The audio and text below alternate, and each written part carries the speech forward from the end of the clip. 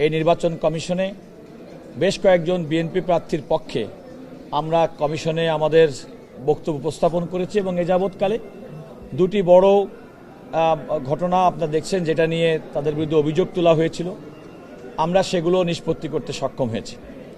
একটি হচ্ছে Gazipur 3-এ doctor SM Rafiqul Islam Bachchu, তিনি বিগত সরকারের সময় একেবারে বলতে পারেন সরকারি নির্যাতনের শিকার। শেখ মুজিব বিশ্ববিদ্যালয় মেডিকেল কলেজের শিক্ষক থাকা অবস্থায় 2010 সালে তাকে চাকরিচ্যুত করা হয় এবং তিনি দীর্ঘ আইনি সংগ্রামের লড়াইয়ের পরে 5ই আগস্টের পরে সুপ্রিম কোর্টের হাইকোর্ট বিভাগ থেকে একটি রায় পান, যেই রায়ে তার সমস্ত বেনিফিট তিনি চাকরিতে থাকাকালীন যেগুলো প্রাপ্য ছিলেন যেটা দেওয়ার নির্দেশনা দেওয়া হয়।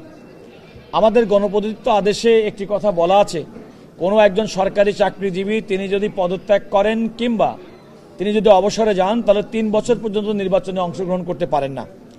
তো আমাদের ওনার প্রার্থীটা রিটার্নিং কর্মকর্তা কর্তৃক বৈধ হয়েছিল, তার বিরুদ্ধে সেখানে একজন প্রতিদ্বন্দ্বী প্রার্থী আজকে নির্বাচন কমিশনে আপিল করেছিল। আপনারা লক্ষ্য করেছেন যে আমরা উভয় পক্ষ অত্যন্ত দীর্ঘ সময় ধরে আমরা শুনানি করেছি এবং আমাদের শুনানির পরে ওনার প্রার্থিতাটা বহাল রেখেছে। এখানে একটা বিষয় আসলে ওনারা যে কথাটি উপস্থাপন করতে চেয়েছেন যে আদালতের রায়ের পরিপ্রেক্ষিতে তিনি আবারও BSMMU অর্থাৎ আজকে শেখ মুজিব বিশ্ববিদ্যালয় কলেজ যেটা মেডিকেল বিশ্ববিদ্যালয়ে তিনি যোগদান করেছেন। আমরা বলেছি এই যোগদানটা ছিল শুধুমাত্র তার রায়ের এবং তার চাকরিকালীন বেনিফিট নেওয়ার জন্য। তিনি সশরীরে চাকরি করেননি এবং আজ পর্যন্ত তিনি কোনো আর্থিক সুবিধা নেননি। এমনকি আমাদের যে মেডিকেল বিশ্ববিদ্যালয় সেখান থেকে কর্তৃপক্ষ একটা লিখিত দিয়ে বলেছেন যে তিনি অদ্যাবধি কোনো আর্থিক সুবিধা নেননি এবং তিনি যদি নিয়মিত চাকরিতে থাকতেন তাহলে নিয়মিত চাকরি করা কালে যদি তিনি অবসর যেতেন তাহলে সেই সময় পর্যন্তই তিনি তার আর্থিক বেনিফিটের জন্য আবেদন করেছেন। এর সমস্ত কিছু বিবেচনায় নিয়ে নির্বাচন কমিশন আমাদের দুই পক্ষকে শুনে আমাদের এখানে doctor Shahjahan Saju, mister Mahbubur Rahman Khan, Habibur Rahman, Iqbal, advocate রোকন, আমাদের সবাই ছিলেন। আমরা সবাই শুনানি করেছি এবং আমাদের প্রার্থী আমাদেরকে জানিয়েছেন যে তিনি অত্যন্ত খুশি এবং আনন্দিত হয়েছেন এই আদেশে। বিজলি কেবলস এর স্কিন কোটেড ইনসুলেশন আগুন প্রতিরোধী। বিজলি কেবলস, নিরাপদ আজীবন। আপনারা জানেন যে বগুড়া 1 আসনে বিএনপি মনোনীত প্রার্থী হচ্ছে জনাব কাজী রফিক, ওনার পুরা নাম হচ্ছে কাজী রফিকুল ইসলাম।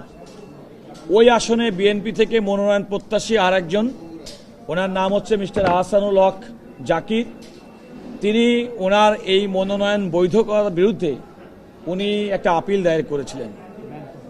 একই সঙ্গে উনি যে ব্যাংকের সঙ্গে ব্যবসা করেন সেই ব্যাংকও একটি আপিল দায়ের করেছিল।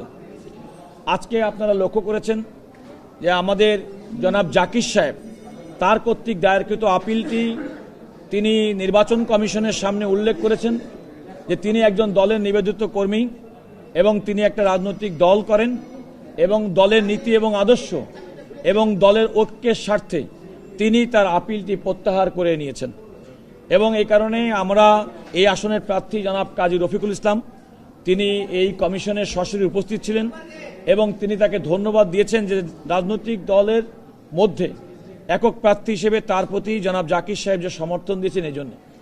এখানে আরেকটি আপিল ছিল, সেটা আপনারা জানেন যে গতকাল শুনানি হয়েছে ব্যাংকের পক্ষ থেকে। ব্যাংক বলেছে ইতিমধ্যে জনাব কাজী রফিকের সঙ্গে ব্যাংকের দেনা পাওনার বিষয়ে সমঝোতা হয়ে এবং তিনি প্রয়োজনীয় এবং চাহিদা মতো আর অর্থ জমা দিয়েছেন। এই পরিস্থিতিতে ব্যাংকও আজকে আবেদন করেছে যেন তার বিরুদ্ধে তাদের ইতিপূর্বে দায়েরকৃত আপিলটি প্রত্যাহার করা হয়।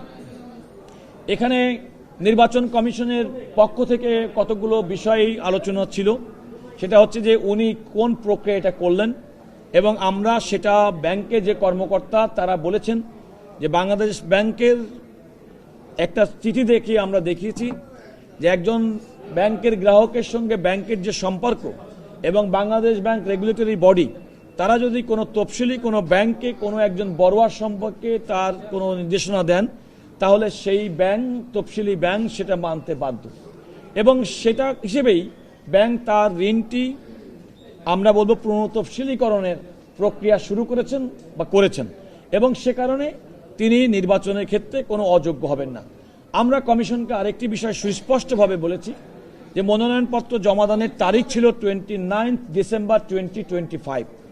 29শে ডিসেম্বর 2025 সেদিন বাংলাদেশ ব্যাংকের সিআইবি যে রিপোর্ট ছিল সেই রিপোর্টে তিনি ঋণখেলাপি মুক্ত ছিলেন। যেহেতু তিনি ঋণখেলাপি মুক্ত ছিলেন সে কারণে তার নির্বাচনে কোনো অযোগ্যতা নেই এবং তিনি বৈধভাবেই প্রার্থী হয়েছেন এবং রিটার্নিং অফিসার বৈধভাবেই তার মনোনয়নপত্রও বৈধ করেছেন। আমরা আজকের এই আদেশের ফলে চূড়ান্তভাবে বলতে পারি যে বগুড়া 1 আসনে বিএনপির মনোনীত প্রার্থী জনাব কাজী রফিকুল ইসলামের নির্বাচনে প্রতিদ্বন্দ্বিতা করার ক্ষেত্রে ধানের শীষ নিয়ে প্রতিদ্বন্দ্বিতা করার ক্ষেত্রে কোনো আইনি বাধা আর থাকলো না।